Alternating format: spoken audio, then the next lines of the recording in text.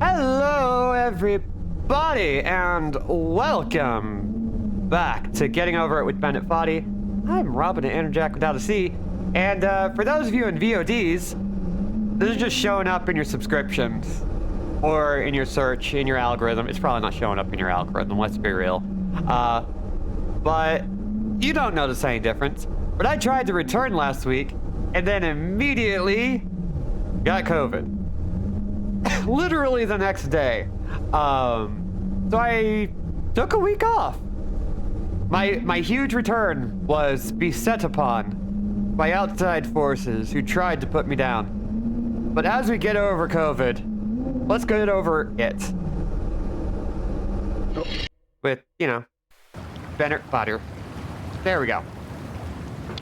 Ugh, I hate that this game doesn't quite cooperate very well with us.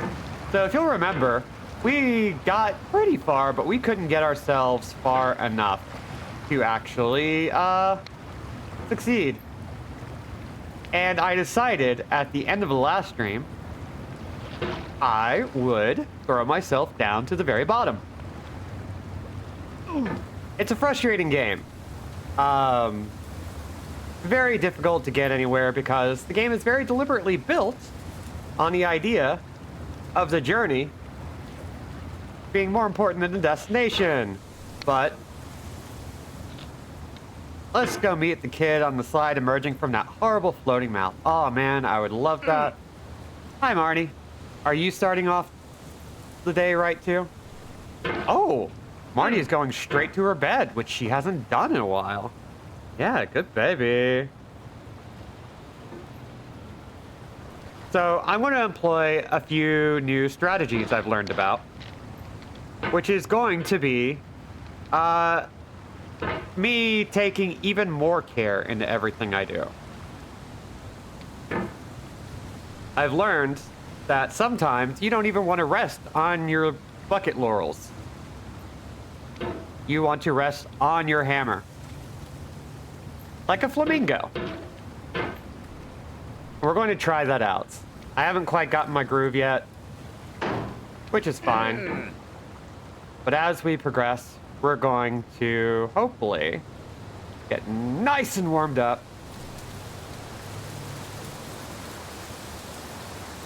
There we go. Yeah. Okay, this is where we want to stand.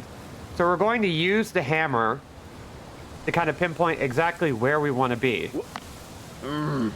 Rather than hoping we can use our buckets. It's a bit of an unusual strategy, I guess.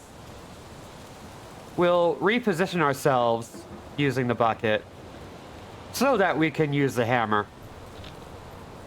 But after a lot of only looking at the very next section in walkthrough videos, I thought it would be important to try and pick up some new tricks. Hammers can be comfy if you figure out how to think of it that way. Exactly. Never noticed that sad little coffee cup on the boulder covered in flowers. Yeah. Ah, dang. I did not do that right. But that's fine. As I mentioned in the last stream, we're not beating this game. We're not even... We got up to barely a quarter of the way through the game. To give you an idea of how long this thing can go. What's more, if you look at the Steam achievements, there are only 3. And they are horrible. 2 are fine. One of them is just getting over it. Getting to the top of the mountain. Okay, that was cool, unfortunately. And not at all intentional. The second achievement is getting to the top of the mountain twice. I don't remember the exact number for the next one, but you gotta get up to the mountain in this third achievement, I think at least 100 times. Which, I don't know about you. I'm not doing that. I'm never doing that. I am more willing to play Shadow the Hedgehog and do every single route every single route humanly possible for the right amount of money, which, hey, that offer is still on the table for anyone who wants to be my gaming sugar daddy or mommy or sugar patron. We are gender affirming here. But I'm not doing that. Hi, Judge. Could you get me a Reese's cup? While you're out, Judge. While you're out, give me a Reese's cup. I would love that. Thank you. There we go. Yeah. So, how is everybody? Apart from getting sick, I've been pretty well. I've been taking a break, and I took a stop on commissions due to emotion. Let's put it that way. It was very difficult getting back to work, but last night I had a really productive drawing day and kind of finally cleared out some gunk with regard to the last batch of commissions I need to finish. So things work out. I might not be too long before I am ready to get commissions going again, which I'm really excited about. Hey, Robin, what's your favorite opera? Probably Marriage of Figaro. I saw it live. I saw a live performance at the Dallas Opera. And that particular performance was really good.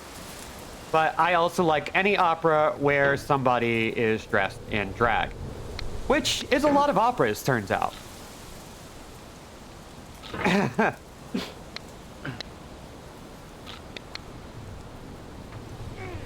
Okay. There's one trick I've learned that I am still kind of figuring out how best to do. Oh. Hang in there. Don't let it get to you. I'm not. Don't worry. Also, let it get you a little bit. No. I don't want it to get to me. It sucks. And I hate it.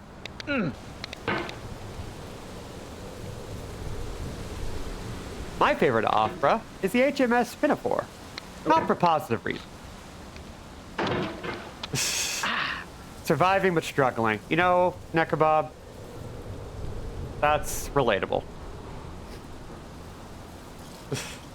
I get you, and I hope you get to thriving. Think.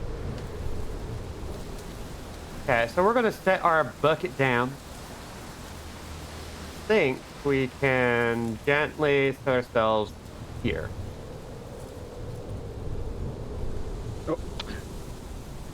The trash opera, and I find that hilarious. I love that. So we're going to do that, and damn, accidentally pushed ourselves away. That's fine. I wonder what a pinafore. Pooping, Billy.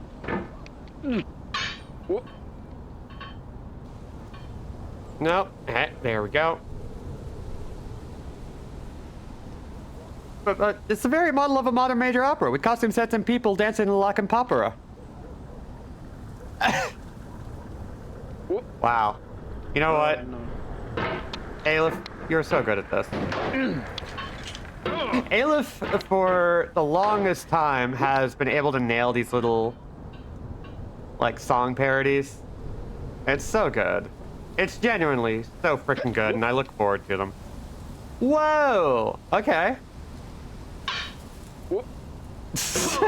It's formulaic. The music is forgettable, but present. I do appreciate present music. The plot is a love story. The metaphors are all classist and racist, and the resolution is everyone is happy. Well, that's pretty common for opera. A fun fact. Go back to old Shakespeare. There are so many Shakespearean plays in which the King of Scotland shows up and fixes everything because he wouldn't be able to put on the plays if he didn't. And there was a lot of that. There was a lot of appeasement. Quite the entertainment if no one present is a snobbera. Woo! God, I love those near misses. Let's see. Wonder if I can... No, let's not risk it. I risked it anyway. The biscuit was risked it. And it did not pay off.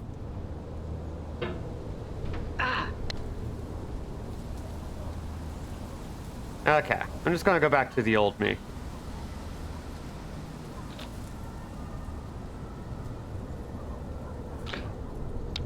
The old me is stupid.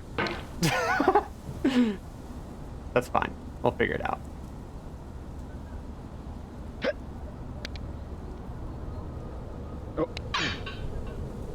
No. Hilariously bland, and most people only know it because it was in a Simpsons episode. It's the reason why I know music, man. Even Marriage of Figaro is like that. The whole plot relies on the idea that foreigners want to steal your girl. I mean, there's a subplot where a girl wants to steal your girl. Not really, but...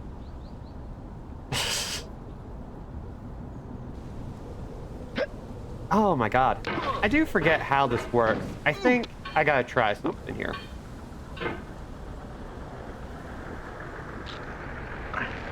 Okay, that's the thing. That's the Count of Monte Cristo. I really gotta frickin' read that. I gotta read. This bitch don't read.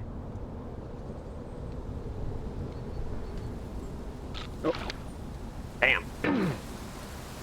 Let's allow that through.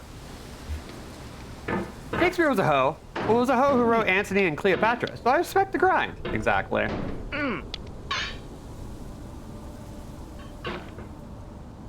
Automat, my beloved, you've returned! Automat never forgot you. I hope you know that.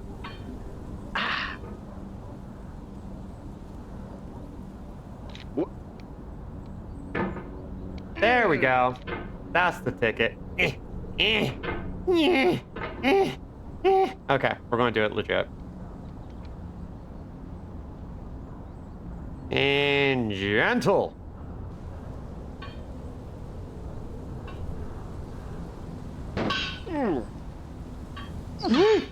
And woo. And woo. It's fine. We're doing it. We're doing so good. Yeah, there we go. I'm gonna make so many jokes about ghosts tearing my nipples out. We're gonna have so much fun. Automod is ready for you. And Automod might even let a few slip through the cracks just for you. Automod loves you. Automod cares. That's the only reason that they block things. So that you will notice Automod senpai.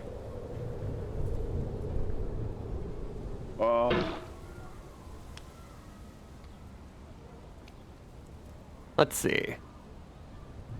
HMS Pinafore is a real Englishman and an Italian get switched at birth by a lady doing baby farming as a young teen.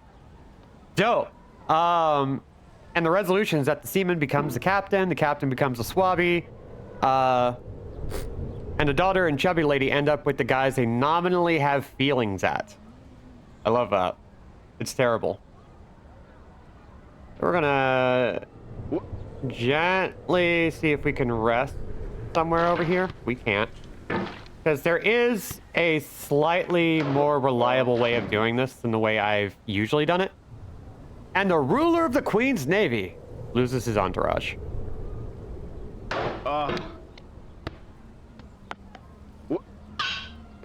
Okay. I do have a new trick for this one that I realized was much smarter than the way I had been doing it. Oh, no. Which is to grab that rake and actually sit on it. Now, granted, I went too fast. That's my own fault. Yeah. God, this is pretty much exactly what the game is about, isn't it? There we go. His entourage. The only way that could be better is the daughter and the chubby lady are actually in love and planning to murder themselves. Some rich Englishman and cash in on insurance fraud. Yeah. That's the one problem with history. Not enough insurance fraud.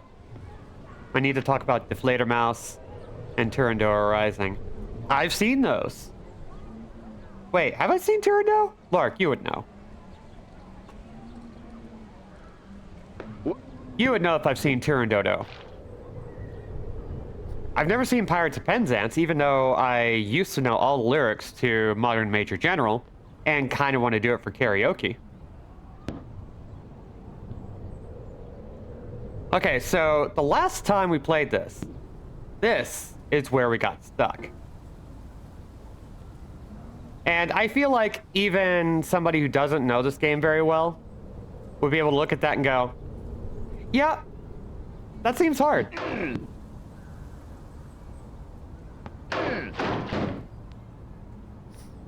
Just in time to hear y'all talking about Gilbert and Sullivan. This is the hour of lead. Remembered if outlived, as freezing persons recollect the snow. First chill, then stupor, then the letting go. Emily Dickinson. Oh, I feel your pain. There we go. The pain in knowing this has happened to you. The pain in knowing Wow. what tears we've gained. We're back, baby. But through all this, I feel your pain. Octavia Hawkins Richardson.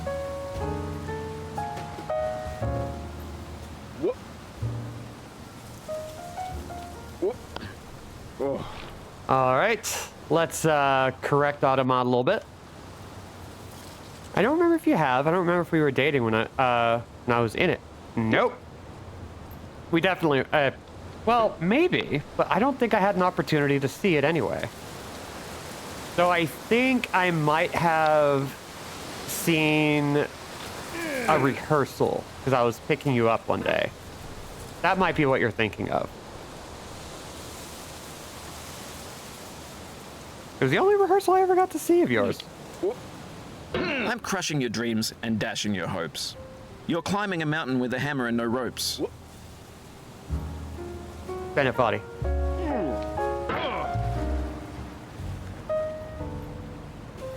Let's see. Gilbert and Sullivan did some really trash shows. Some of them fun because they're trash. I love that. Didn't even go on stage for that one. Yeah, I think I remember that.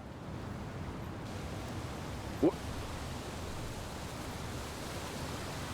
little murder and lesbianism could warm me up to a scheming baby shuffler. Oh, and there's only technically 2 slurs in HMS Pinafore for a Gilbert and Sullivan. Nice.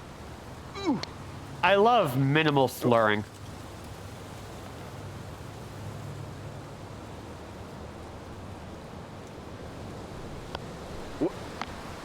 Oh, there we go. Scheming and lesbianism are 2 incredibly hot things for a person to do.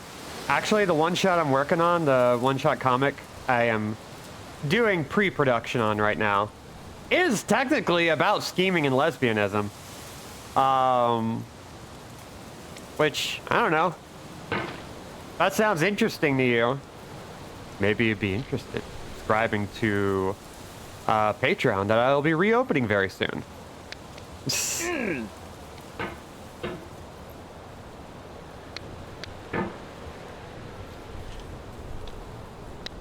Yeah, I'm, So, let's get personal. Let's get personal. Atomic Blonde has some scheming and lesbianism. I love that. I need to actually sit and watch Atomic Blonde because it has the kind of choreography I love. Be gay, plot crimes? Yeah. Very superhero era movie. Yeah. As most movies are these days, regrettably. Cat is asleep on my lap, but he's so weepy he started drooling. Hell yes. We had a cat who drooled a lot. So, let's talk personals a little bit. Ooh, that's why Marriage Figaro is still good in the modern day. A mezzo-soprano plays a young skirt chaser, so now that women can sing in operas, it always looks gay as shit. Yep.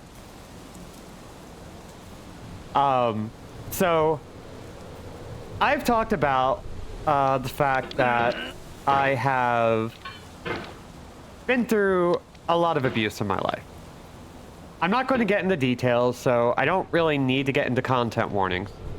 But the problem with these sorts of things is that they tend to come at very inconvenient times. I've always had a big project I was working on at one time or another. But as many of you old heads, you old crankers, might know, I rarely got anything huge off the ground. I had one fairly long-running series from 2011 to 2019 called Tales from Planet XX, which I cannot link to you, I cannot show you, and I cannot talk about the details of on this channel other than it's a spicy comic, and you would need a subscription to read it in it anyway. But that was always done one chapter at a time, and it was very easy for me to ignore what was going on in my life to get that done. Because, again, I only ever had 18 pages at a time to do.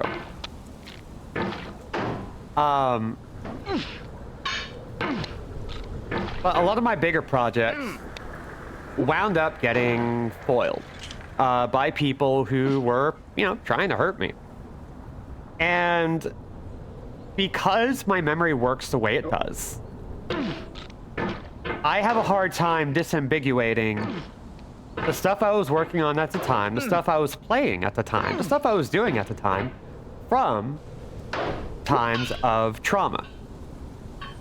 Seriously, I remember things in video game I remembered a lot of my life according to video game releases, which sounds sad, but I was a tiny little gamer. That's just how my brain worked, and it worked very well for me. But it always meant that there were a lot of things that I couldn't get off the ground because I had trauma, and it kept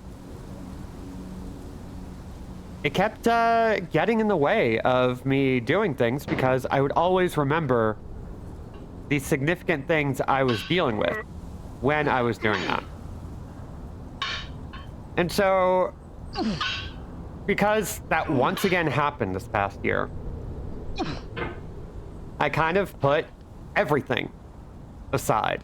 I've been working on Super Boredom for a while through multiple traumatic events, and I kind of just decided, you know what, I have the base work, I can just sit on it and walk away. It'll be there for me some other day. I don't need a big thing. I need to build up my confidence. So I've been working on diary comics, and I've been working on smaller things. So my art goals right now is to get a new diary comic regularly going somewhere. We'll see where. Maybe in NeoCities. Because I don't think anybody wants to publish that one but me. Not until I get a lot of stuff in it. But I'm also reopening my Patreon and making it so that people can follow along with all the solo work I'm going to be doing for a while. And they will be books you can buy eventually as well. But that's kind of my mission for right now. Stream, Patreon, one-shot comics. And they will even be one-shots based on things I've been doing. So, I want to do a Super Boredom comic.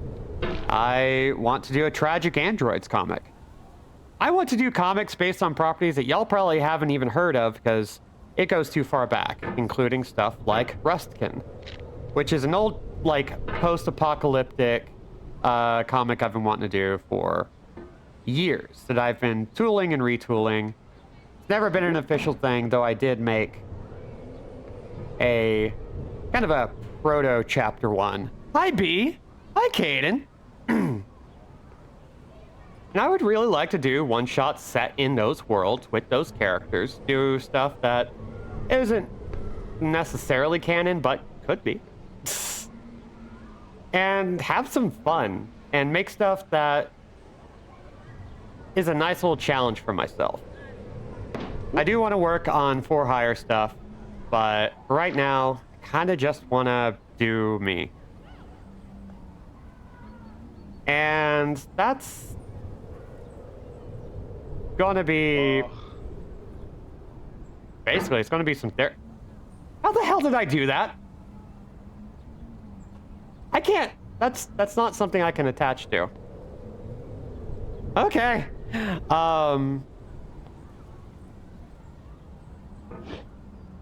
It seems no more a soulless thing, but rather as a shape of ancient fear, in darkness and the winds of chaos born, amid the lordless heavens thundering, a presence crouched, enormous and austere, before whose feet the mighty waters mourn.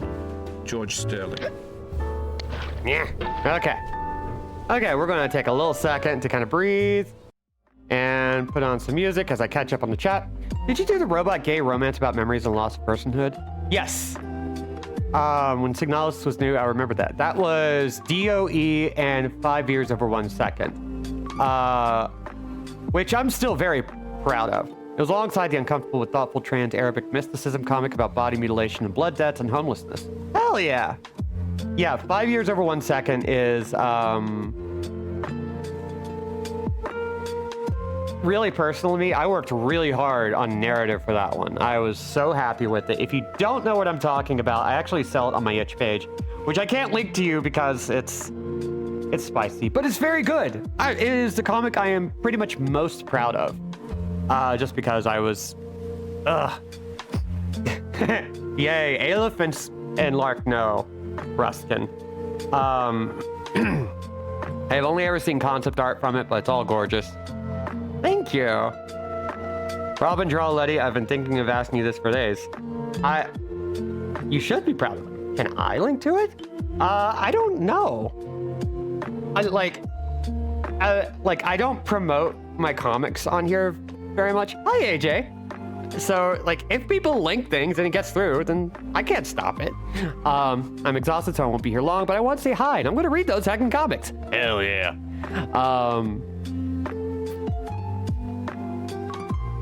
Yeah, so it's technically a spicy comic, but it's really tame, and it's more about emotion. It's emotional porn.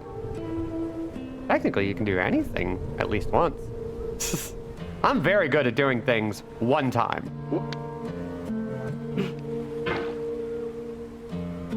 The story made me feel feelings in my heart, and one of these days I will have my revenge. You have been working on that revenge for almost a decade. One day. One day you will have your sweet revenge.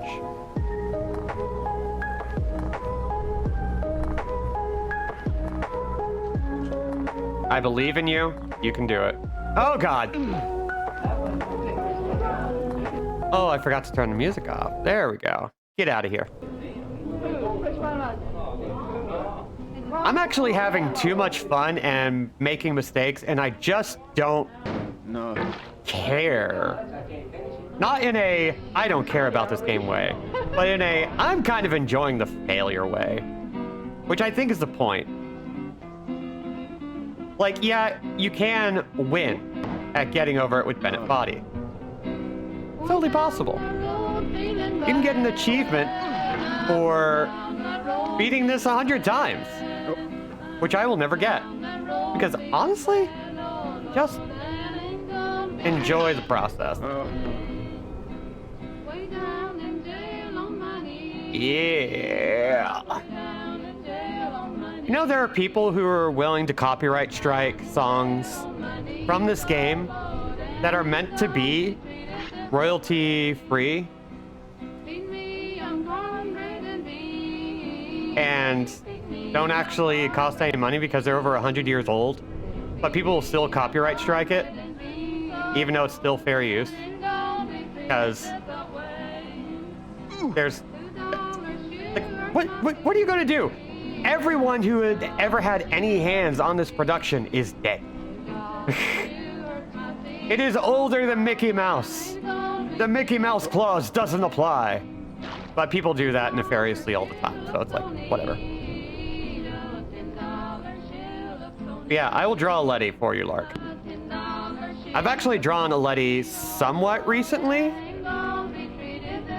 Letty was the first character I drew that was like ugly hot. Incoming tip from AJ. For $3. It reads, tipping on the stream feeling good, tipping on the stream feeling good. Thank you, AJ, for the tip. And thank you for the message. Oh, that's so nice.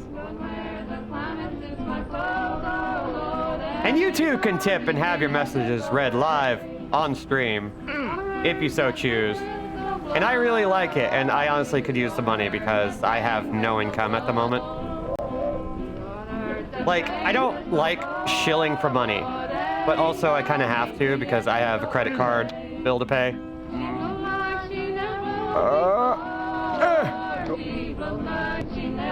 Okay. What I need to do is get up in there, and I need to waggle my hammer above me, the kind of the way we did in that really narrow passage down below, and kind of use momentum to get ourselves out of a bad situation. But that's really hard, and it's really hard to get to the point where you can practice it because the consequences are so dire that you don't actually get the opportunity to practice it over and over until you get to the point where you're really good at this. And unfortunately, I made that look too easy. Dipping on the stream, feeling good. Dipping on the stream, feeling good. Dipping on the stream so I can get some money redeemed. Whenever I climb, I'm followed by a dog called Ego. Friedrich Nietzsche. Wow. I got that dog in me.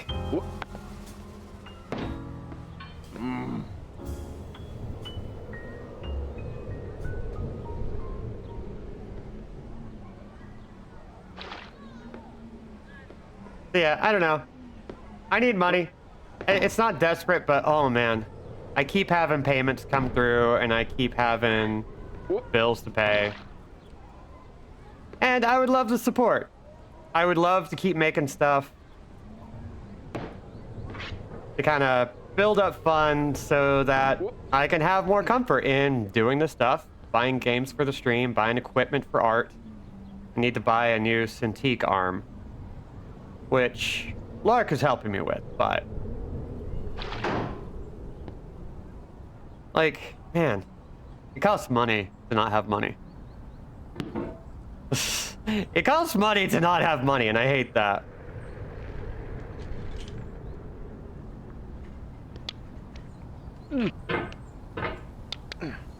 Almost. Let's go back. Ugh, I cannot control the hammer well enough to do this bit. So I'm gonna have to operate a bit on luck and hope. Damn it. I'm gonna let you be for a little bit. Thanks, Bennett. Bills cost bills, pretty much. Hot. There we go. Yeah. Yeah. Something, the economy is in shambles. Pretty much. Yeah. Like, I've been looking for daytime work in town, and the job economy in town really sucks. Most of the people I know are running, like, 3 to 5 jobs all at the same time. And it's awful. Because they, like, I know so many great people who are hustling constantly. Yeah, that's... Oh, I almost had it. And I don't have it. Ugh. Damn. I'm going down this road feeling bad. I'm going down this road feeling bad. Hey, it's like that thing. This road feeling bad. Oh. Ain't gonna be treated this way. Oh. Well, it fed me on cornbread and cheese. Well, it fed me on cornbread and cheese. It fed me on cornbread. Man, can't imagine having more than one job. I have a 9-hour full-time job, and it makes me want to rip cars apart with my bare hands. Yeah, I technically have 3. Like, I've got streaming, I've got I've got personal art, which I monetize, and I have 4 hire comic stuff that I do. But because of everything that's been happening, and because of the 2-month period where I had to take a break, I had nothing for a while. For the first time in a long time, I was jumping. Waiting for that techno remix. Oh my god. Trap Trance remix. Oh god.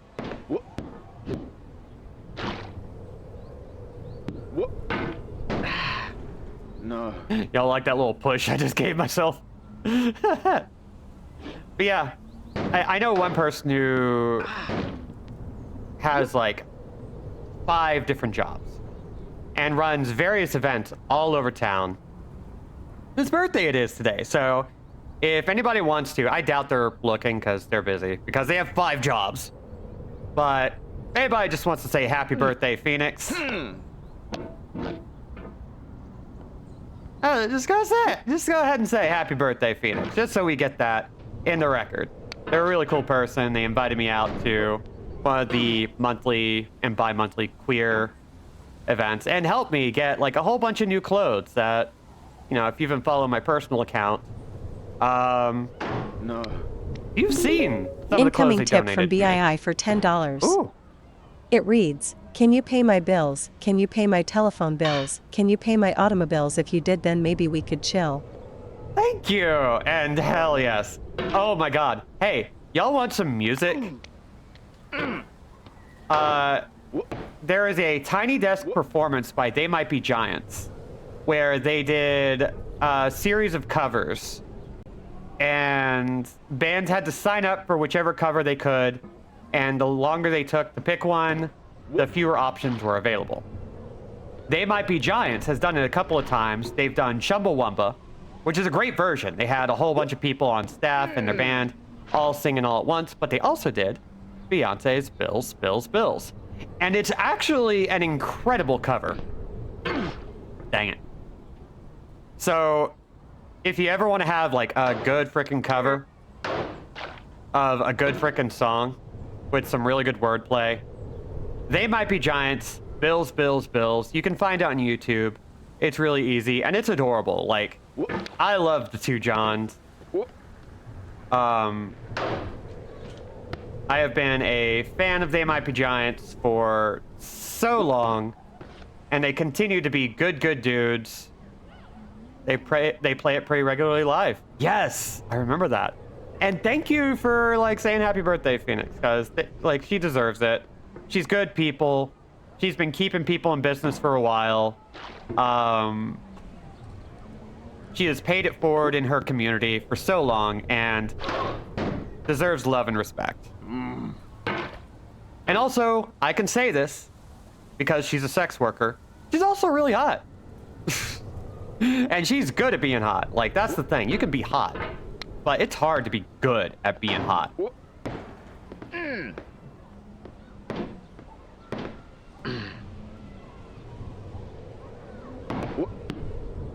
So, mad respect to her. Good people. And has been so welcoming and affirming for so long. And has enabled me to be a freak, so. Going down the road being hot. Going down the road being hot. Ah! Okay. Can't quite get the hammer going where I need it to. Being good at being hot is a skill I don't think enough people appreciate. Yeah, like... Ugh. It's difficult to explain because, like, oh my god. It is so easy to just mess up the first thing because in order to make that work, you gotta really work at it. You gotta know how to do the first thing before you can do the second thing. And the first thing is so frickin' perilous. Well, that wasn't great. It is a maintained and honed skill. Yeah. I don't consider myself hot, but I have been considering myself attractive and cute lately. Because, hey, if you look at my pictures, I'm kind of cute. I've been doing really well at it, but I've also been working at it. And I've been trying to like find clothes that work for me. I have been trying to find like makeup styles that are easy to do and allow me to get out the door in a small amount of time. Oh no. And have clothes that naturally look good on me. But it's not just that, because if you're somebody who is hot for a living, as a model, as like an exotic dancer, as whatever, as a go-go dancer, you have to maintain it. You have to know how to move. You have to know how to act. You have to know how to appeal to people. You have to learn how to commodify yourself. One of the reasons why I never bought into the whole, like, you know, e-girls just doing it for attention thing is that it's really hard to do that for attention. You can't just, like, be girl and hot. Like, that's not how it works. Like, yeah, there are people blessed with... Oh, my God. I do love the possibilities of what I just did there, but I can't do that on purpose. Like, there are some hot people on the internet who run Twitch streams. And I don't really go to those just because, like, I don't go to Twitch very often outside of streaming for myself, which is a problem for me, and I should rectify that.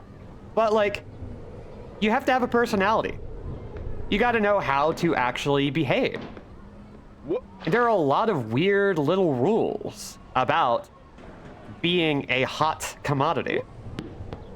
You have to make yourself look available so as not to threaten men. You have to make yourself come off as desirable even when you do not wish to be perceived. You have to constantly be in character. Because I assure you, most of the hot people on the internet who are doing this for streams and stuff, they're not actually... That's not always who they are. There are very few who are able to be authentic. There are some I know who are pretty authentic because they are absolute freaking goblins. But that's also part of their appeal. They know how to be goblins in a way that is very beneficial for them. But even then, everybody's got their chill moments where they don't do anything. Where they're just kind of like turn off, don't say much, don't do much, they're just walking around in sweatpants like, you know what, it's alright, I don't need to do shit. Why am I stuck? There we go.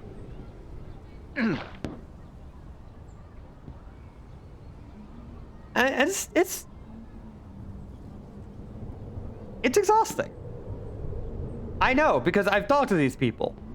I have hung out with these people. They've shared with me their struggles, and it isn't easy. It isn't. And there are a lot of people who want to say it is.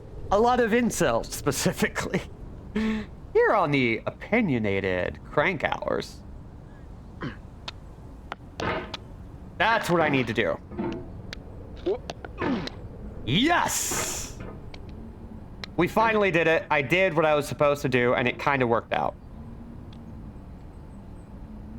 Okay. That was a ticket. I just needed to start making fun of incels. I need to not set that up. Let's see. Let's catch up.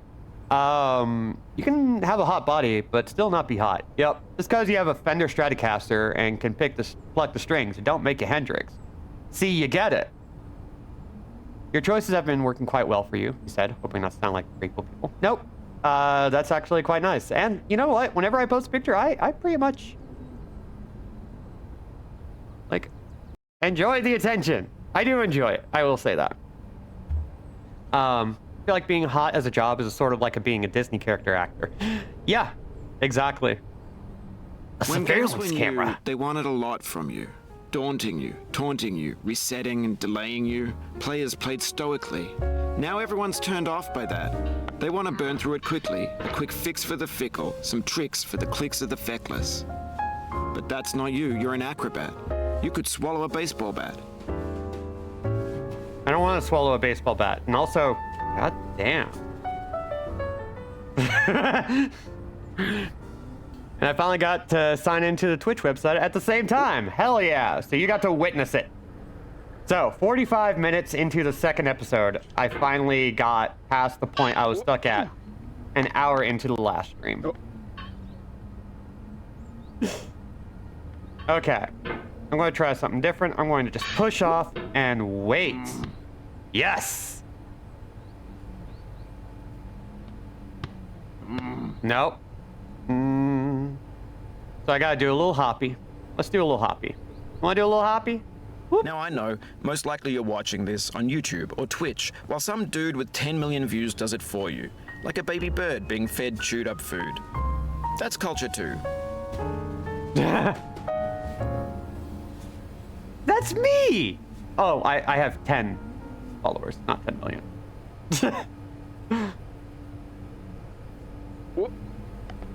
Oh, ho, ho, ho. So I want to take it very carefully through here, just to kind of give myself the best possible chance of moving forward. Okay, the hammer's not going to fit there, but it will fit. Oh, still. I'm definitely watching someone on Twitch do it. That's me.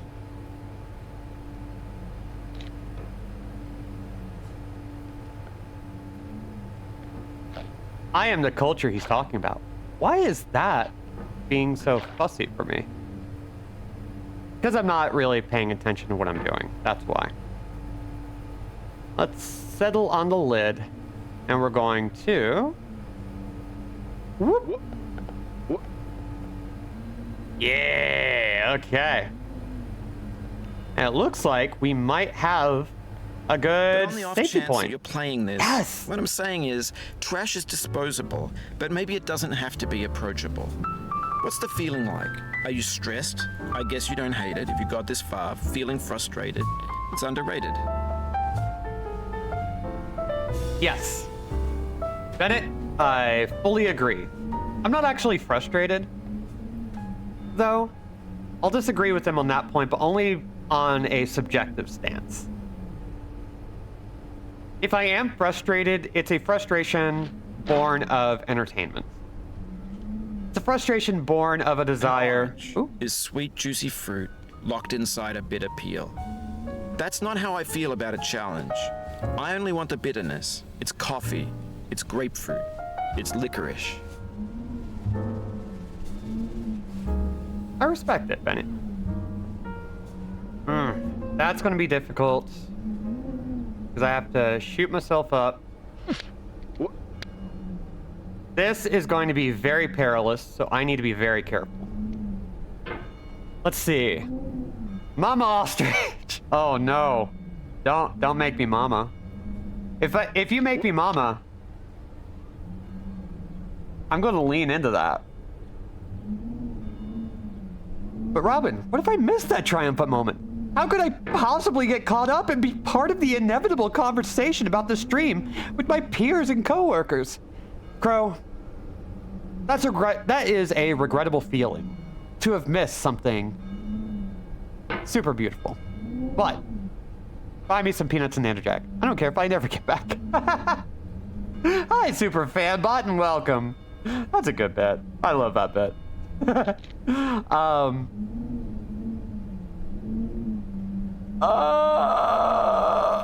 Well, Crow, I do have good news for you. While it is always regrettable to miss something beautiful, once in a lifetime, and, you know, we can't always catch everything.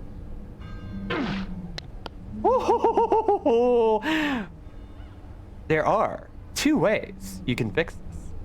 One, check out the VODs over on twitch.tv/Andajak.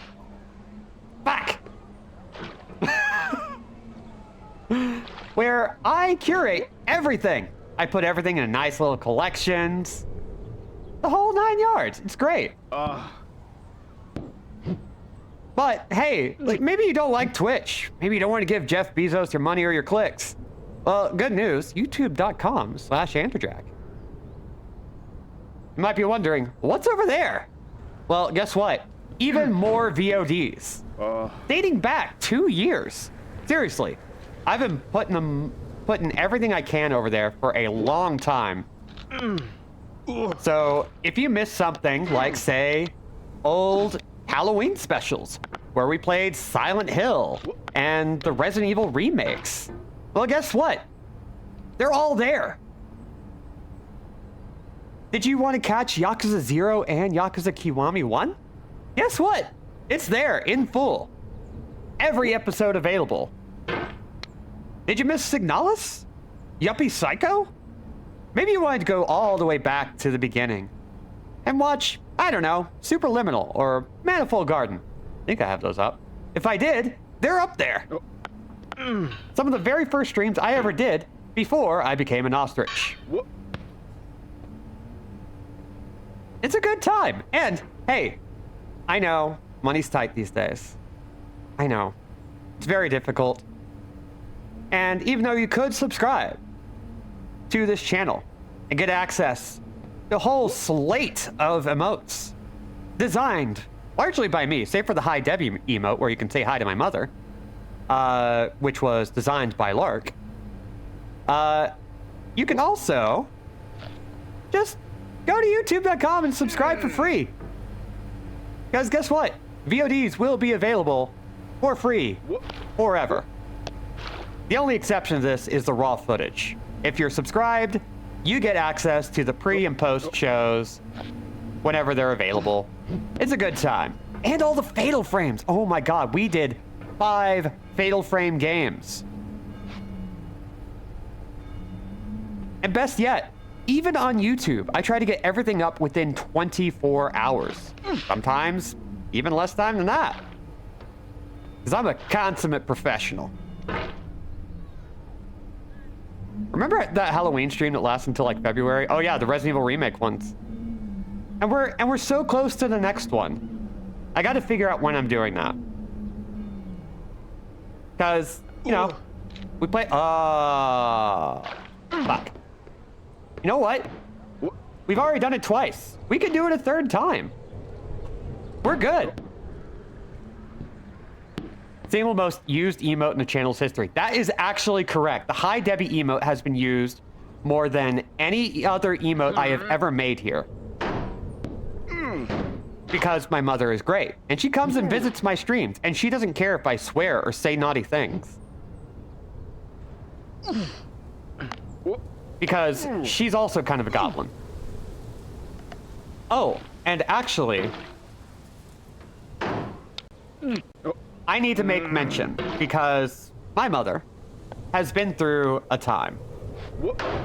So, a few weeks ago, my mother had a fall. She didn't fall, she had a fall, I regret to say. She was at the hospital for a close personal friend. And was trying to chase down a nurse in Crocs on tile. And she beefed it. And regrettably, this meant that she had to go through a full hip replacement surgery. Shattered her hip bone and like had to go through the whole process. Good news. She's in full recovery. She's safe at home.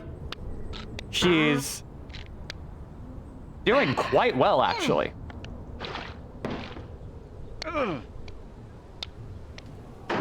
Y'all don't know me, and I don't know you. You don't know why I came here, but I know, so prepare to create history. Hell yeah! Oh, that is a hell of an introduction, Flores Cal. Welcome to the stream. I hope you have a good time. Anyway, I tell you that story in part to talk about how badass my mom is, because she got through physical rehab really fast, actually. Got through about a week faster than expected. My mom's always been tough. She's broken bones. Ender, you're the chosen one. You are the creator. I am. And I create. Welcome. Welcome, my child. I am Mama Ostrich. Oh, shit. So, the next time you see my mom, let's make Hi Debbie emote even more used, even more spammed. And wish her well, because she's so good. Ooh. Chat War 1. Ooh. Are we doing like, is this what you mean by making history? Oh no. Oh no. Hell, let's see what happens. Because I think we're all ready. I think we're ready. Anyway, long story short. My mom deserves a hell of a lot of love.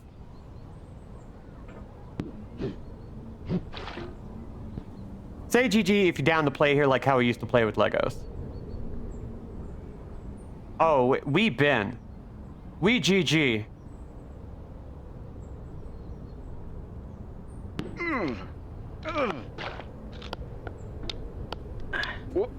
Yo! Ha! That was fun. You know what? You know what? I'm gonna get in on that. I'm gonna GG. Yeah. As a person who is a fan of Legos, I GG. Yeah, that trick is really hard to get started, but once you know how to do it, it's like, I'm afraid I'm one of those people who only ever follow the instructions in Legos. That's fine. You are the one who is watching us from above. Feeding my baby birds. Puking into your mouth. Yes. Ah, my sweet. We will call you Barack Obama. What'd I do?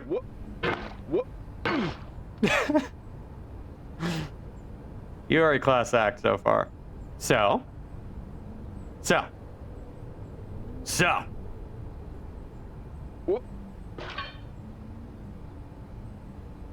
I think we're all waiting with bated breath. I'm a very nervous and paranoid person. I try not to be, but I am. So there is a part of me that's like, oh, Barack Obama, you need to make the teams and we need to make war here, right? We are a channel of love.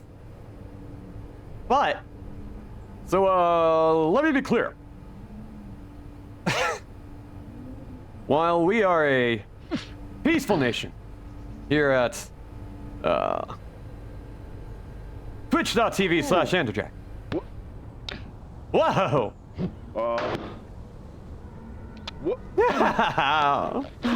Red and blue is played out. We need green and yellow. Yeah, I like that.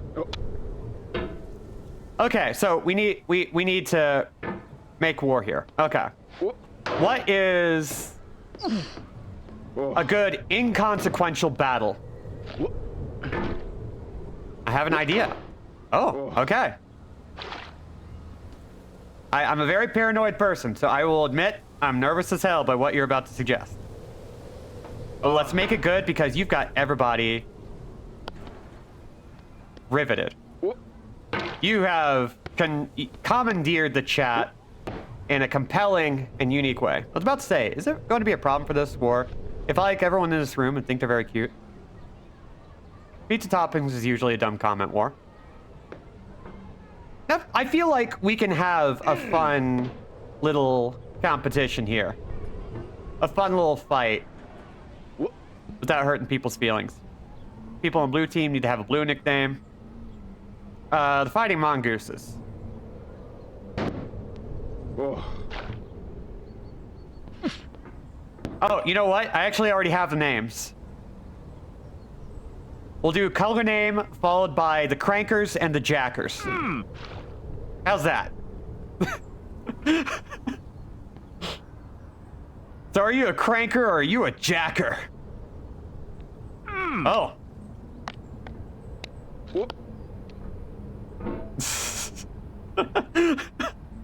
I don't even remember where cranking came from for this chat, but somebody got it started. And you can probably find out if you dig deep into the VODs available in perpetuity.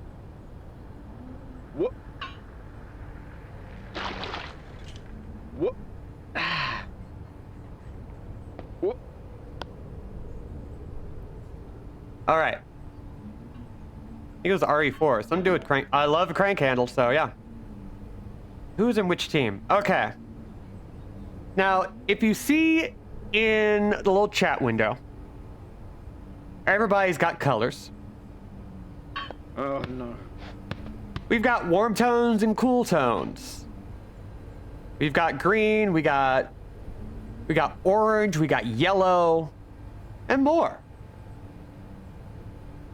So we can separate by cool tones and warm tones, and we'll go with green and yellow as suggested. My favorite stupid argument are the peanut butter to jelly ratio and what constitutes a sandwich.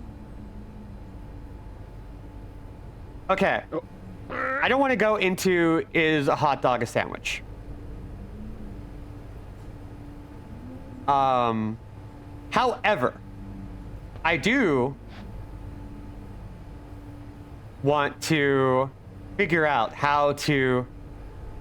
Is Slark the only fighting mongoose? I don't think so. Okay, tell you what.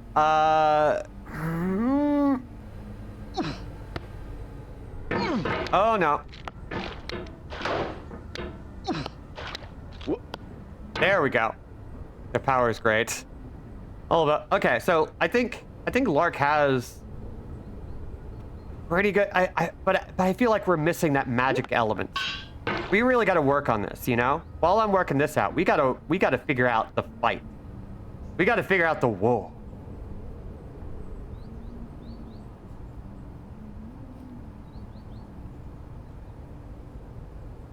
And we can't. Okay, and we also have to set the ground rules. If we are going into something about nomenclature on etymology, we need to first state that we cannot get into technical arguments. We have to get into practical arguments. So we'll use is a hot dog a sandwich as a practical example. Aleph actually made the very compelling case. That is technically correct. We don't want technically correct. We want needlessly pointed. We need practical. We need something that is so baked in the subjectivity as to ruin all sense of actual argumentative construction or constructive argumentation. So a good argument for is a hot dog a sandwich is, well, do you think a taco is a sandwich?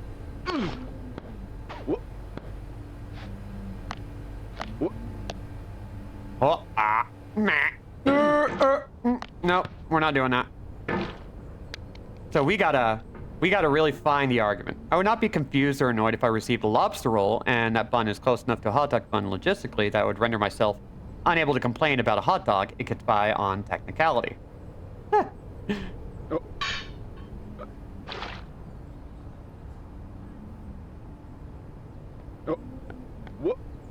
Well, what's a good argument that's related to the channel here? Something we've argued about. Or at least set up some interesting discussions about.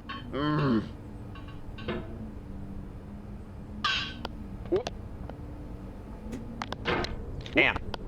I am getting better at that one trick right there, which is pretty great. But my mouse is going all over my mouse pad. Now I'm losing track of where my hand is. Okay.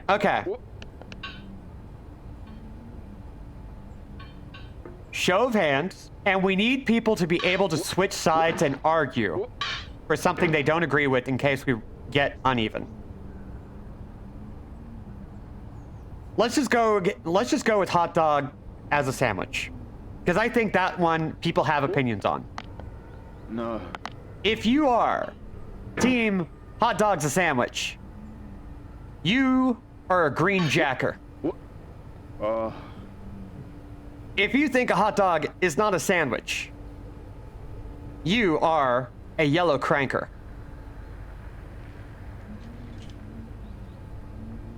So there we go. There's the ticket. And I will start with one simple thing. If a hot dog isn't a sandwich, neither is a sub.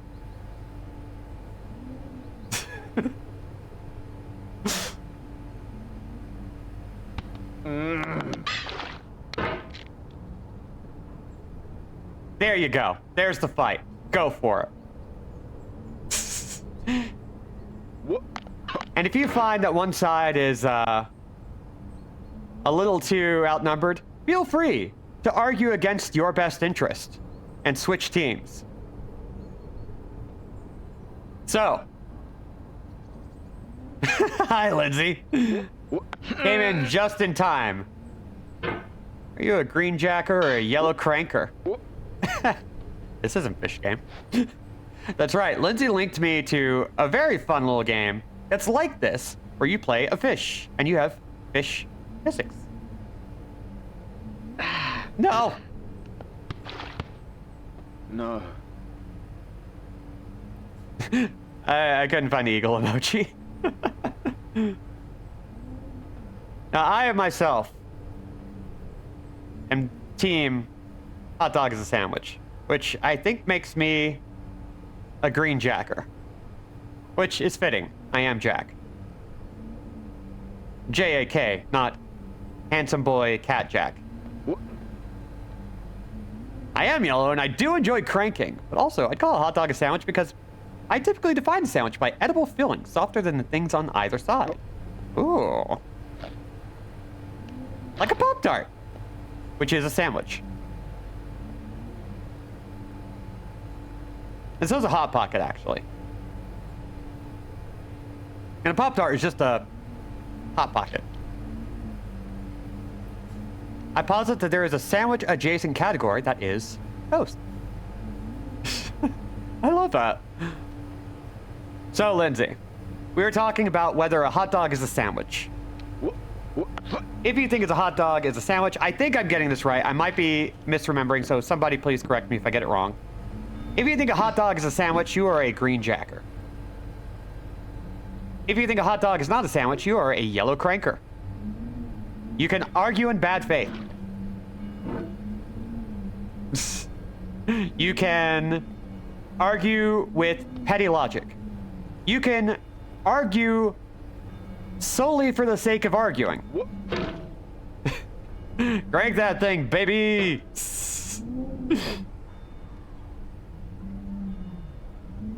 See, Lark, this is where you're getting into technicalities, and that's what we're avoiding. We need compelling arguments that state. Oh, God. Oh, wow. That's a drop. I need to figure out a good way of dealing with that one. We'll figure it out.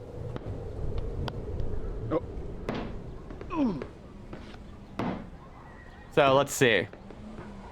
Someone hasn't had a sandwich with prosciutto in it. The toughest substance known to sandwich. Oh, no. Many toasts are also open-faced sandwiches, so I posit the tacos are toast. With the fucking gambit. A hot dog is taxonomically more similar to a taco. Yes, just like a sub sandwich, which is called a sandwich, but let's be real. Are finger food rolls a sandwich? Ooh. This will be a brutal war in chat. Everyone prepare. And if things get heated, I need all insults to be very deliberately structured after your argumentative points. You filthy hot dog eater. You maniacal taco bastard. You open-faced sandwich bitch. Don't say that. I took that one, so you can't say it. Don't. Why did I say that? Because it's funny.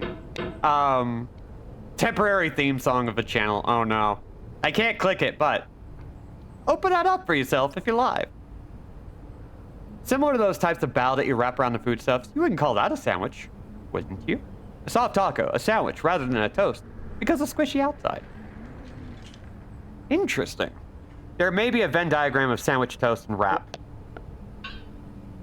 Oh wow, that was a good little jump there.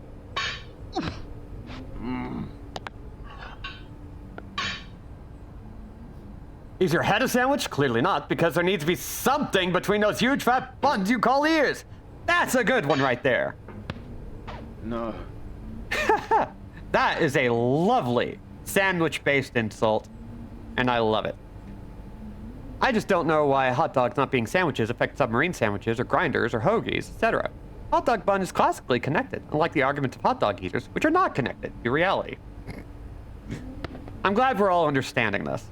If I say, oh, let's go to a sandwich shop and we go to a hot dog stand, I'm going to be like, fine, that's obviously not what I was looking for. And yet, it is still a sandwich. It may not be what you meant, but you still got a sandwich. Do we have the right to vote who is the captain of each team? Ooh. Pretty sure most bow vendors in the West consider those bow sandwiches. Yeah, they do. No. We either too high or not high enough to meaningfully participate. I don't think we need captains. I actually like the chaos.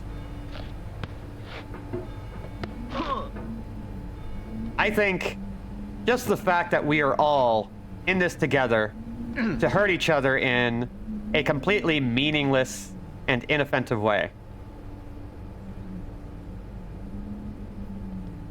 You know what? It wouldn't be true chaos if I didn't allow you to vote for that yourselves.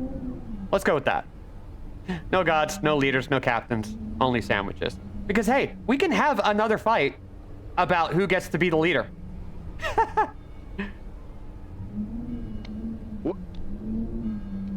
You bring up a great point, though. Venn diagram must contain buns. Ooh.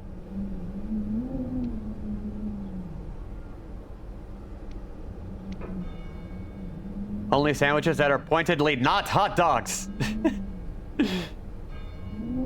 Did you just goat see the chat? I think you just goat see the chat. But it does contain buns, so I have to allow it.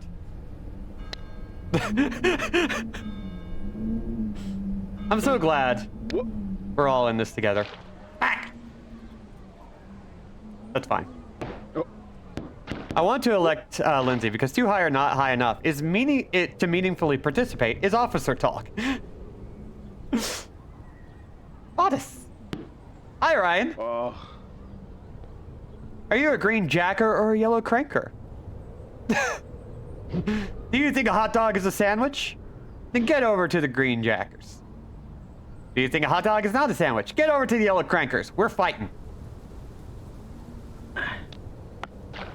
We're having ourselves a good old-fashioned war. Thanks to Flores Cow. At that point, you're declaring people flatlanders and that they're sandwiches. Goatsy does technically have a softer middle than his surrounding environs. That is true. And it can get very sloppy. So you have to contain it well.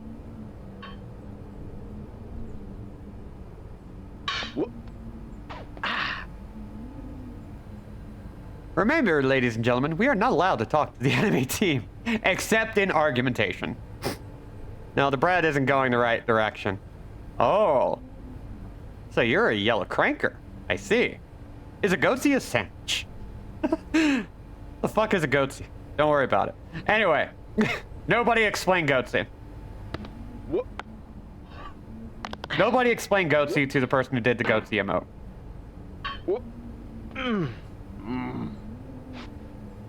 The weed is speaking through me. So what if we put the bread container aside for a second and consider the physics affecting the filling sandwich? Containment force applied to filling is coming from no more than two directions. Non-which containment force applied to filling comes from every side minus one. Ah. But is not an open-faced sandwich a sandwich? It has it in the name.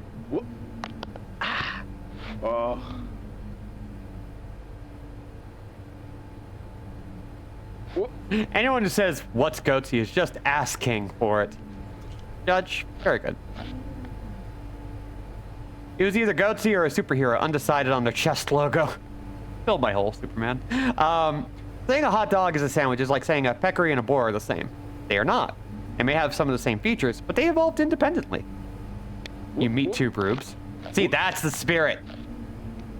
That's what we like to see. Or supplied from one direction. Okay. Behold, a man. Yeah, we need some Diogenes up in this. What's that art back there? I'm having difficulty discerning it. Well, let's take a look, because it's got dogs in it. And we like dogs. Look at that. A man in a little egg chair. All his dogs watch him mess around. Good piece of art. There is a layering element to sandwiches that I think is important as well. That can be true, but consider this. A nothing sandwich. A nothing sandwich is something my poverty-stricken friends have had plenty of times, where you take two pieces. You may also know this as a wish sandwich, where you take two pieces of bread, and in between you put nothing. And then you eat it. I feel like Majima is like the representative of this whole thing. I feel like Majima gets it. Sorry, the blue one was the one I was struggling with. Who reads this? I want to let them know that they are in chat. If they still read this, say Ura. If you don't, I don't know. You're lying, because you're reading this right now. Ura! Ura! Nope. Back. Oh my god. What is the trick to that? We did it once. We did it precisely once. Ugh, man. But we did get past where we were. That's pride, baby. Ugh. There we go. Saying a hot dog isn't a sandwich is like saying a man is not a primate. You deny your true roots for the sake of pretending you're superior to your origins. For the same of acting like you're a perfect flower with no roots. Damn! I think Judge has an excellent point here. Is fried ice cream a sandwich? Can be. It is contained. Fried ice cream is a bun. Sort of like chicken in a croque monsieur. Or a KFC Double Down, which is a croque monsieur. Oh my god, what is wrong with my mouse? Because that was wild. When that one person called, when Gordon Ramsay called that one person an idiot sandwich, did he use a hot dog bun? No! He used two separate pieces of bread. Yep. That is true. You're cruising the hurdle you were stuck on last time. It's working out. Like, once you do it once you do it right the one time, you just do the same thing again. As Bennett told us. Good old Benny. Good old Bendelson. Barack Obama, I think this is our last moment of peace. You have the right to declare a war when you want if 3 minutes pass. Without you declaring, it will start automatically. Oh, damn. Okay. I mean, we're still going strong. We got some good arguments going, and I would hate to miss out on an opportunity for more fighting. There are humans with Neanderthal genetics. What does that make the hot dog to the sandwich? See, I think that's a good ticket there. If someone called me a primate, I'd be pissed off. That's rude. I think we're already at war. I saw somebody get called a meat tube rube. Ruber. A goofy ruber. Hot dog does contain a meat tube. A lot of things contain a meat tube. Till the war starts. Yeah, I think once the war starts, we're just going to make as many sandwich and hot dog based insults as humanly possible.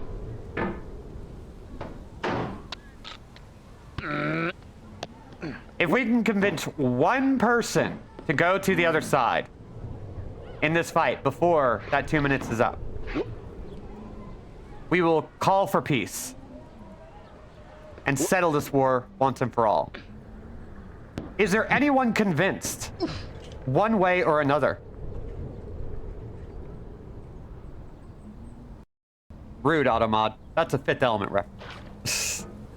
Hot dog is bun. If you take a hot dog and replace the dog with a sausage, what does it become? A sausage roll. Technically, I'm a meat tube. I'll argue that the hot dog is too solid a filling. Oh, Lindsay is coming in saying that she is convinced. I think we've done it. We've converted one to another side.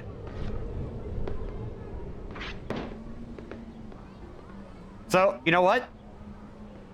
I think we've created a semblance of peace. War is over. We have avoided war. Everything is great. Is that what you said? You got it. You gotta announce it. You gotta announce it. If not, war may resume. No, let me ask Congress for another 2 bill for war. Fair. You know what? I'm hungry too. War is over because we got hungry. Oh no. Damn. Who wants to join me over here in the bun rebellion? Is a bun ravioli? Lindsay! The answer is yes, but stop. All this food war has made my cat hungry. The cat is hungry. The war is over. We have needs. So we all died. GG. Hell yeah. Oh, god damn it. I'm having too much fun. Ravioli is a sandwich. Which is because a Pop-Tart and a Hot Pocket is a sandwich. And those are just big raviolis.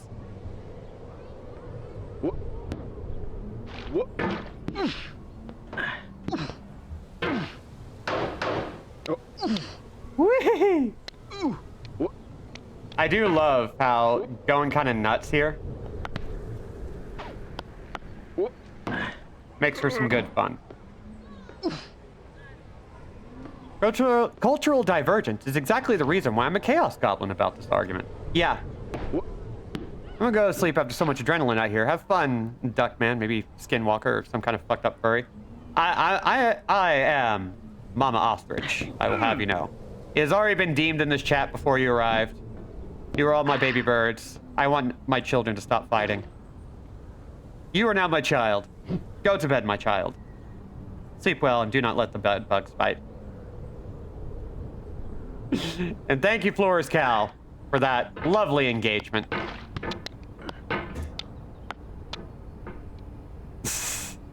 Thanks for the memories. Aren't you tired of being Bennett? Don't you want to go ape Foddy? Nope. You stop that. I hope I can weaponize that trick later. True, a Pop-Tart is basically just a sweet ravioli with jam and sprinkles. It is. Very good ramen place near us. We checked that last night with some buds, and there was a boba/taiyaki joint there. And I just finished my taiyaki, and it was good. Thank you. Hell yeah. Sweet ravioli is also what I call my cat. A little Pop-Tart.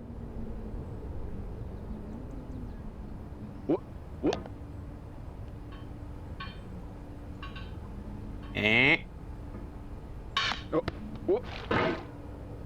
Try that again. There we go. You know what? I'm going to ease out just a little bit and boop. Here's my cat saying slumped over. Ooh. Cat pick. We are going to get ourselves to a safe point. Okay. Nope. Ah. Okay. Anti-frustration tactic. Boop. Boop. Boop and boop. Cat. Here's my cat saying slumped over like a person in the middle of cleaning himself from a couple days ago. I love this cat. It's a good cat. It's a damn good cat. Thank you for sharing. Oh, another one. You know what? We're just gonna turn on some music. We're gonna vibe for a second. Because you know what? Life is hard. We don't have to make it harder.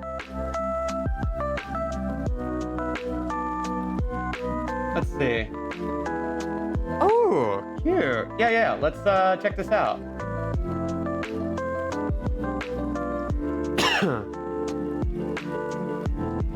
So, it says, if we're sharing pics, last Tuesday got me an advanced birthday present.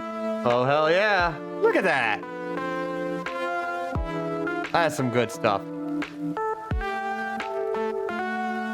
More Rumble Roses. Does that doesn't complete your set, does it? We're still working on stuff, I think. Let's see. Oh, no. It doesn't complete your set. It's something new. Look at that. Hot damn. Oh, so good. Would you look at that? Even have a little coin there. Just for more size references. Man, I would love to start getting into figures like that. Anyway, let's look at this. It's a cat! I don't have a photo, but for taking a moment, I do want to share that I started tea last month. Kaden! Yes! Welcome to the fold. Tea can be perilous. Much like E, it can make you... It can make you a little fighty, it can make you a little emotional, but oh my god. You're doing it. Hell yes.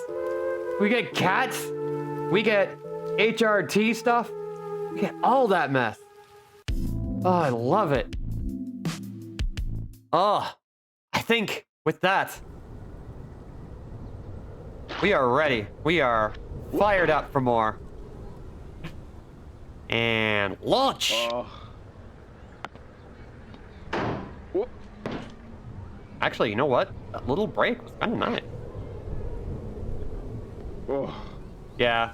Starting HRT, like, naturally, this is a very trans-inclusive place. We are going to encourage people who've got gender feelings to explore their options, see what life is going to be like for them. Give them an opportunity to consider. So when people actually finally make that decision for themselves, it comes after a lot of serious thought and consideration and communication with medical professionals, because hey, they'll put you through your paces.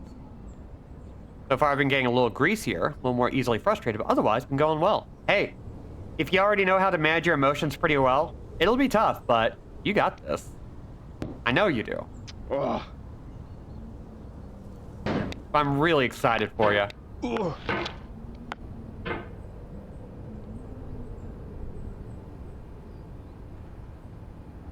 And I'm still pretty honored that, like, you asked me to go for, like,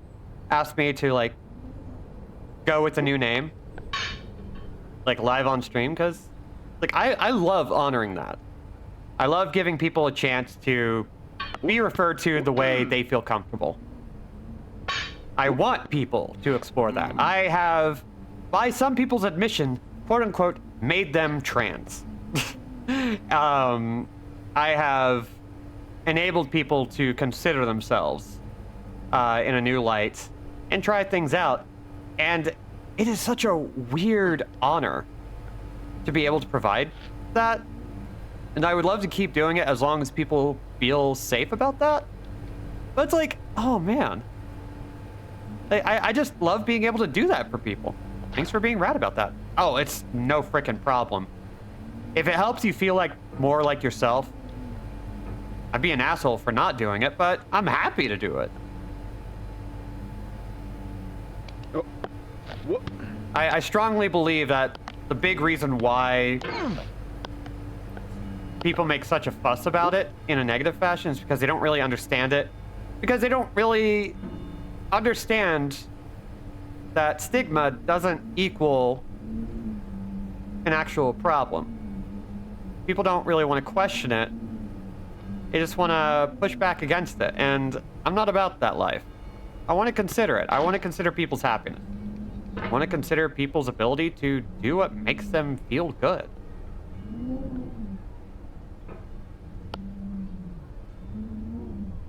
And that's not easy for a lot of people. I have a lot of trans friends. I have some trans family members who've had to put up with people who are not willing to honor that, and it sucks. I've had to deal with people not honoring that. I've had to deal with people refusing to see me for who I was because they refused to understand what was going on through that. I've had to be dead named quite a bit. And I think people who don't know what that's like don't understand how painful it can be. So being able to provide a place where people can try out new names, try out new pronouns, which is an open offer to anyone who comes here. If you want to try that out, if you want to be part of a community that's willing to honor that, and more importantly, treat you the way you feel you need to be treated in order to be happy, hey, that's what I want to do. And I really enjoy being able to do it. And with that said, it's time for this spot, which I haven't been able to get past yet. Hear the church bells. Let's see. Come on. Tilt. Just, nope. No! Oh, frick. Oh well. Let's see. You're in for a tea-rip. You're going to be tickled pink. I don't go to coffee places enough to try to have the barista call out your new name trick, so I'm glad this worked out. Hell yeah. I got a funny story about that, actually. Yeah, it really ain't easy. I consider myself very lucky that I have friends and family who are at least willing to listen. Honestly, that's all a lot of queer people need. It's just an opportunity to exist and be listened to. That's it. And it makes them so happy to just have an opportunity to try without scrutiny. So, because you happen to mention the barista story, can I tell you my funny barista story?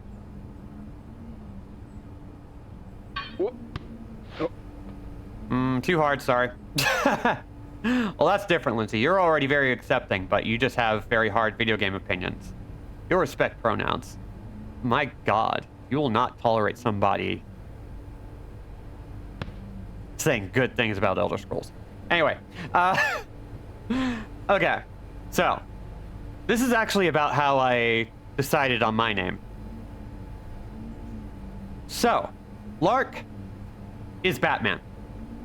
This is unquestioned. We have known they are Batman for a long time. Don't question it, because that's about as much thought has been put into it. They're Batman. And this is in large part because nobody at any cafe could spell their name right. No. And so, they took on the cowl, and they are an agent of justice. They are the knight. So they are Batman. So every time they order a drink, they say, Batman. I, ever committed to the bit, immediately went with Robin. Because it's funny. It's hilarious. They could spell my old name just fine. Not an issue. I also didn't care if they misspelled it, because I've had my name misspelled all my life. Which was probably a sign that maybe I should have changed my name. Here's the thing. That isn't what made me change my name. So, I'm going to take a tangent and talk about Fire Emblem Awakening. When I was first starting to have gender feelings, I played Fire Emblem Awakening, where the default character name is Robin. It was the first time, like, I made a player character that wasn't based on a character. I was like, I always play a girl in games. I did so in Mass Effect and Dragon Age. I never really play men if I have a choice, right? Unsurprising. And so I played around with that name, and it was a good name. And I tried it in other games, and I started playing around with this idea of a representation of me as a girl. Often with pink or lavender hair. Which wasn't really because I liked the color at the time. I didn't actually like lavender very much at the time. I didn't know if I liked it. Didn't hate it. But now it's my favorite color. But that's where my love of that color came from, because it was a color that I resonated with. And so, while doing this bit, while playing Fire Emblem Awakening, while playing character creators, including like Monster Hunter 3 specifically, actually, where I started doing this, and really did it in 4, started realizing I was calling myself Robin in my own head. It just kept happening. And so, over time, as I started settling into my name, the bit, well, it's not a bit that Lark is Batman. Lark is Batman. But the bit that I would do of being Robin to their Batman stopped being a bit. And I got to tell people when I said, yeah, put it under Robin, they were like, oh, like the thing. I got to go, no, that's my name. And there's the story. There's the story of how I became Robin.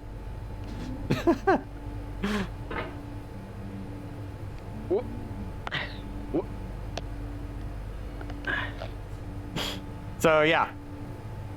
There's also another bit because now Lark and I are both birds. And so we have another bit about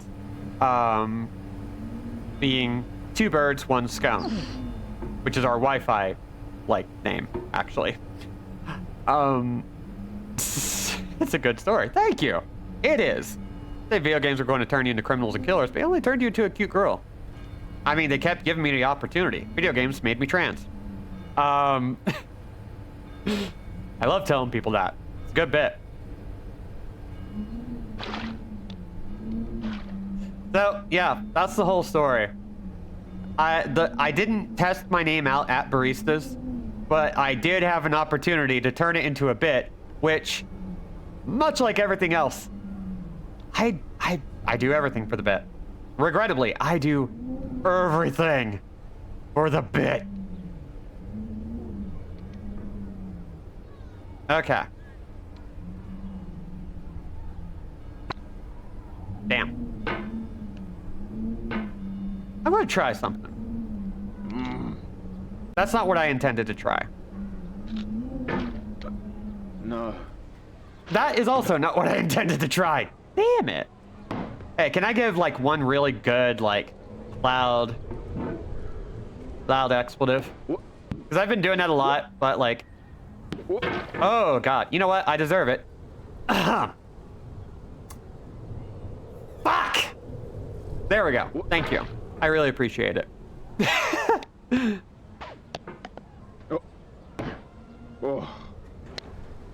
sounded like a duck there. Okay. I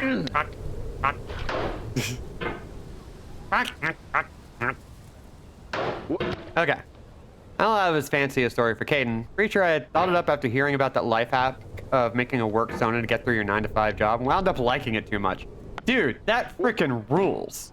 I love that. Also, I just figured you were really into Mass Effect. But that, oh. Then I would judge you negatively for that. Caden's a bummer. Oh god! Don't do this to me. I honestly thought you quacked until I reheard it on stream. Yeah, that's how I get away with cursing in public. I just quack. I kept swiping right on guys named Ryan. And you're like, no. That's me. That's mine. So I realized I mostly just like their name. I just like you for your name. What? I'm taking it. Bye. You're a fae.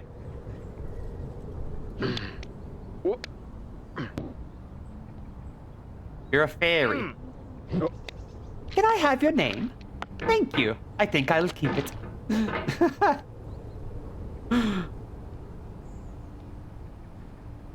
I am kind of amazed that I'm able to do this part without much issue. This is the last stream for Bennett Foddy for now. Well, for getting over it. Bennett Foddy will return in some capacity on his channel because I like Bennett Foddy games, even if I can never beat them. I've never once beaten a Bennett Foddy. I'm comfy with my name, but for my first job, they made me pick a less Latin American sounding name. Oh my god. Because we were working for the US, so I picked Sam, which I like. Hey, Sam's a good name. Sam's a great name. Honestly, commitment to the bit is a big part of my own gender identification. Like, my gender is a performance, and it's time to play the music. It's time to hit the lights. It's time to get things started for the Muppet Show tonight. Gonzo, I've got to ask, what are you? I'm an artist. Life is but a stage and all that good stuff. Yup. I didn't even think about it being a Mass Effect character. I was more going, my one high school friend ever think I named myself after their old OC. Oh god. More anxious about that than any transphobia. Bennett Foddy will return in Bennett Foddy and the World Crime League. No. No.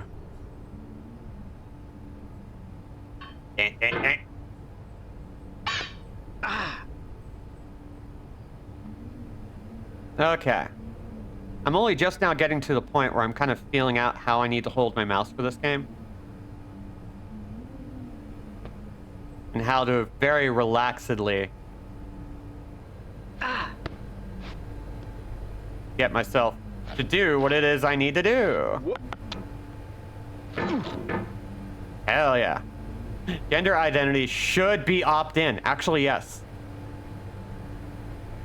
Until it's opt-in, we deserve tax breaks. On account of all the discrimination. Just a tax break. Everybody gets UBI, but queer people get tax breaks.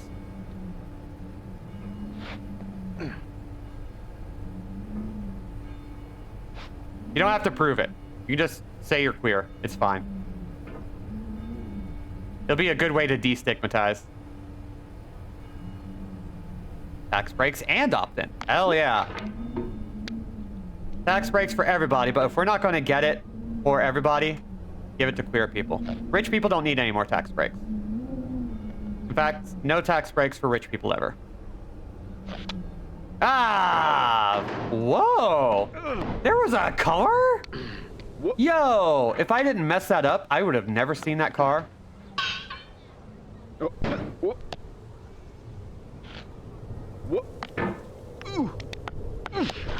Oh my god. Well. And that's the end of the stream. Oh my god. I don't know what it was with my hand that was like bugging out. But I think I finally hit the point where I'm tired. But we did pretty well. Like, all things considered, considering I wasn't taking myself too seriously, we did pretty good. Just that one little bit, that one sheer wall.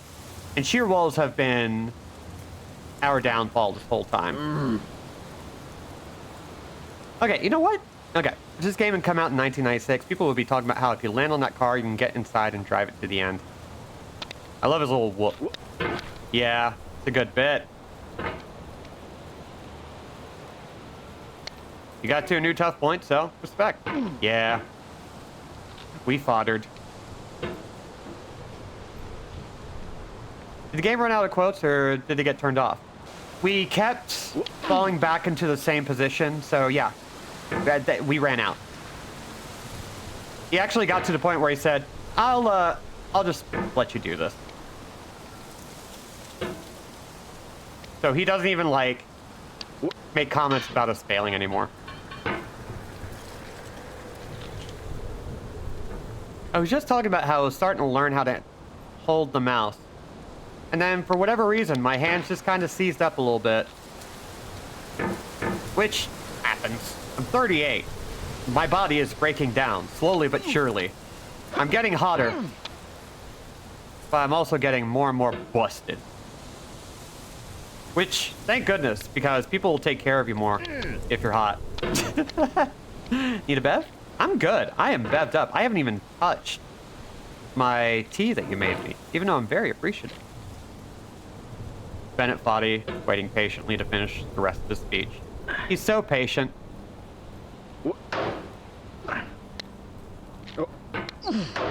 he would have to be in order to make something like this. Considering a war broke out for almost 2.5 minutes, there's some distracting stuff going on. Yeah. Yeah, we did well, given the circumstances. We nearly went to war. We attained peace. Getting hotter due to radioactive decay. Yep. My half-life is hot stuff. The sandwich war reminded me of a TikTok I saw last night of a girl conspiracy theorizing about the difference between pasta and bread. She was missing a few details for the sake of the joke. She sang a mean song about it. Ooh.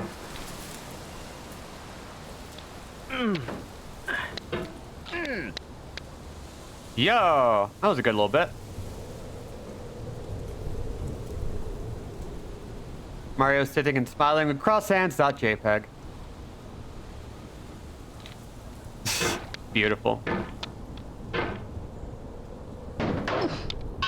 Nope, that was wrong. Just chilling. Yep. I will consider this stream a victory if we can get back to where we were before the end of stream. And it's kind of like the beauty of this game because y'all saw it. When we start doing something right the first time, we keep doing it right. And I think that's the genius of this game. So let's talk about game design a little bit. Muscle memory is really important. I've been playing old Mega Man X games lately. And I played Mega Man X4, which is my personal favorite. And the first time I played it a few weeks ago, I kind of beefed it. And then I started playing X1, going through that, 100%ing it. X2, X3, 100%ing those. And then I played X4. The good thing about Mega Man games is that they're very consistent and reliable. Every Mega Man game controls largely the same with a few unique quirks and oddities. The worst ones don't play like Mega Man. That's your X5s, your X6s, your X7s, with X6 being patently the worst one. I don't care who you are, X7 is a potential diamond in the rough that just needed a time to shine, and X6 sucks. X6 is bad. But the reason why I love those games, and the reason why I enjoy X4 is because I operate mostly on muscle memory for it. They're so fun to just sit and play for hours on end. I can play all of X4 in one sitting, both endings, with X and 0, just because I know the game well enough to be able to do it. All I know is the one about leaving a little dirt under your pillow for the dirt man. Before he comes to town. I'll leave a little dirt under my pillow for the dirt man. So he don't take me down.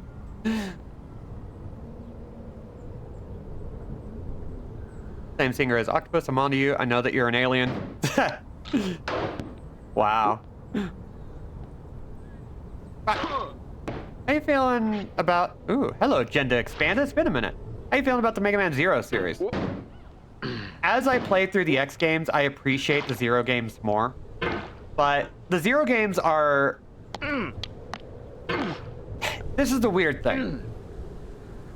I only ever had access to the Western version of Mega Man Zero, which are not localized very well. And I really feel like those games would be a lot better with the new translation, which we never got. So that is my personal bias with the Mega Man Zero series. However, I think they have the best art direction of any Mega Man game, bar none. I think they have some of the best character designs of any Mega Man game, bar none. And I think they have the best potential plot of any Mega Man game, bar none.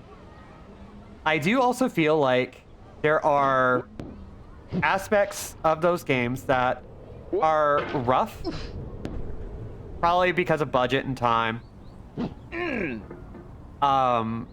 Like, the elf system is still hard for me to get used to. They are also phenomenally hard games. And while I don't mind them being hard, I think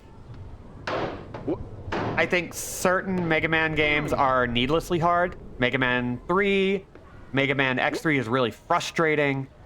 5 and 6 are notoriously extremely difficult depending on how you play them, unless you use the Ultimate Armor cheat codes, which I don't do anymore, but right now I'm really tempted with 5. And, you know, Mega Man Battle Network Transmission is notoriously challenging. Like, Oh, no. but the Zero games are, like, genuinely pretty brutal. And I would say, but I would still say the worst thing about the Zero games is that we got the ZX games out of them, which I think are patently awful. Loads of promise, really cool ideas, but alongside a occasionally insensitive localization, it lacks all of the real design chuff of a Mega Man game in favor of this weird Metroidvania design that could work, but doesn't feel like it was properly budgeted to do so.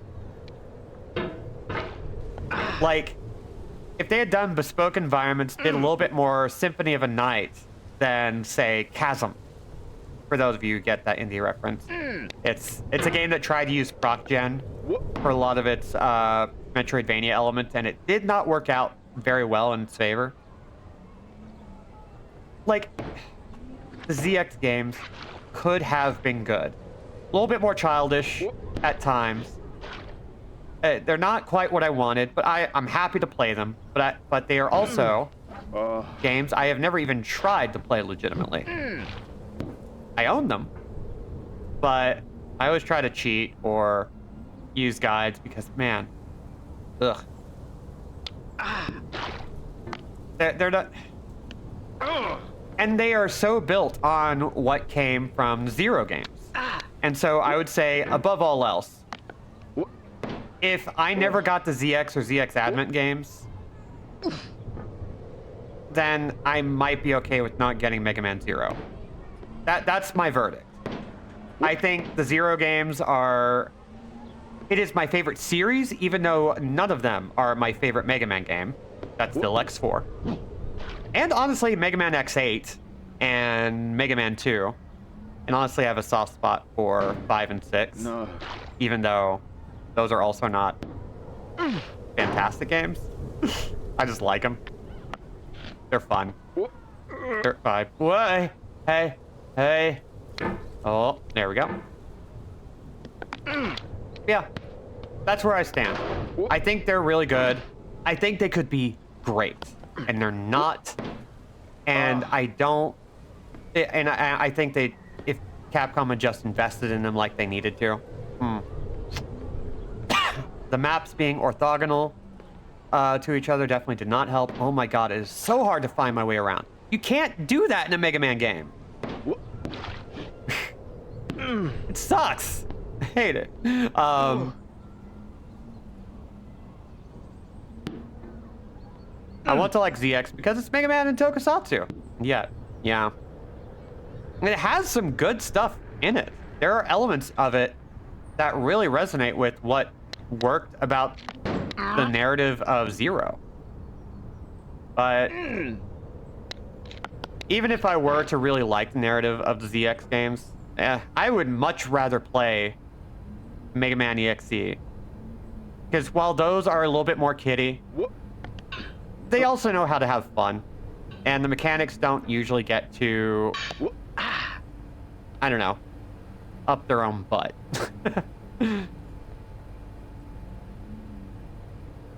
If y'all want me to play Mega Man games, I'm already playing Mega Man Legends soon. That will be the game I play after this. That will happen Saturday, most likely. I mean, I'm not going anywhere Saturday, so... Ugh. I was originally going to cancel Saturday's stream for the model shoot, but then I got COVID. So... That's not happening.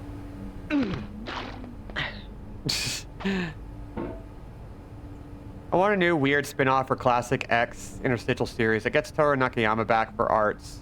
Use a version of a Super Fighting Robot theme, because those squeedly guitars are glorious. Yeah. It's a good song.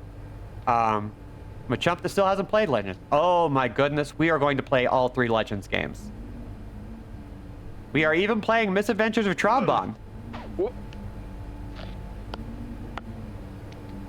This means you can try it for the first time later on. Yeah. How many other Mega Man games and offshoots? Legends? Nah. Oh man. And there is no longer a legal way of playing the Legends games if you don't have a physical copy or a leftover version on PS3. And we'll be playing the PS3 ports of them,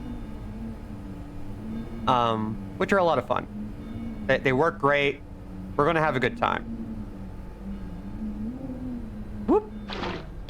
We made it back. Okay. Maybe we don't need to do a big hop. Maybe we can do a small hop. Dang it. Oh. Misadventures of Trombone is underrated.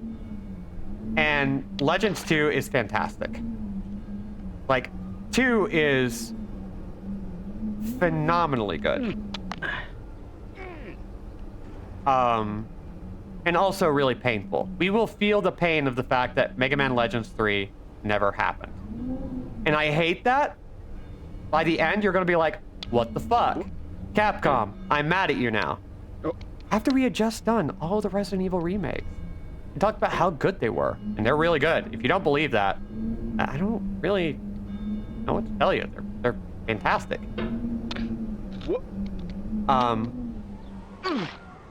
Dang it. God. But, let's see. Used to being mad at Capcom, so I'm in. They're very easy to be mad at. They keep making weird decisions. I still haven't played Dragon's Dogma 2, even though I really liked the first one. Microtransactions. You gotta stop putting them in. You're not Activision. Capcom, you are not Activision. You don't need to do that. People like you. People want to like you. You don't have to put microtransactions in things, and you would get more people on there because there are people out there who are like, I don't want to buy this game because I'm kind of tired of the whole microtransaction thing. That whole Dino game that you made would be really cool if you just made it Dino Crisis instead, instead of trying to make a live service game. You could do it. And I know Mega Man doesn't sell well. I know. But just make more Mega Man games. Come on. Please.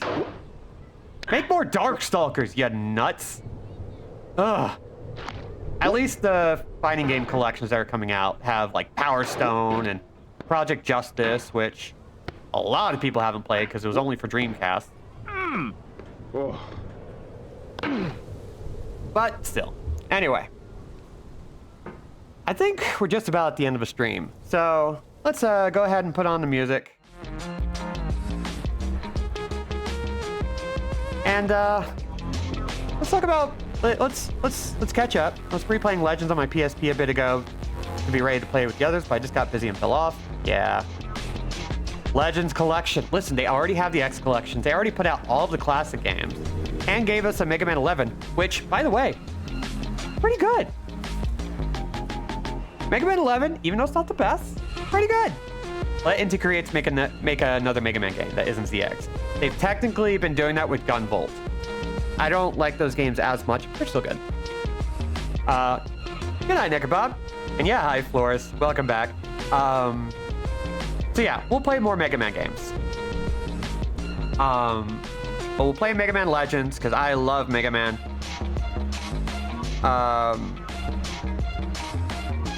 Given everything going on, my money's on CVS3 or Marvel 5 being the next fighting game Capcom puts out to be the B game for SF6.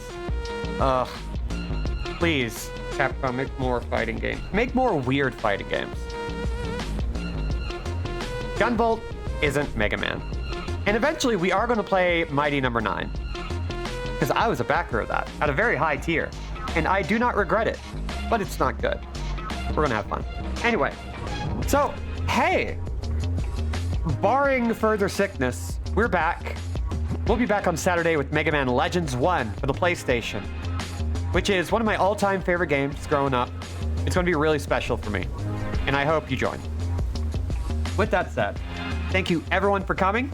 I've been Robin and Andrew Jack without a C and will continue to be so for the foreseeable future. If you want to support the channel, you can subscribe, get access to a whole bunch of emotes. You can tip me at kofi.com/AndrewJack. And keep an eye out for my Patreon at patreon.com/AndrewJack, where I'll be reopening. Lots of ways to support. You can check out VODs on twitch.tv/AndrewJack and at youtube.com/AndrewJack. And with all that said, one last time, thank you all for coming. Get hydrated, get vaccinated, get masked up. Be good. Be safe. Be awesome. Be gone. Bye.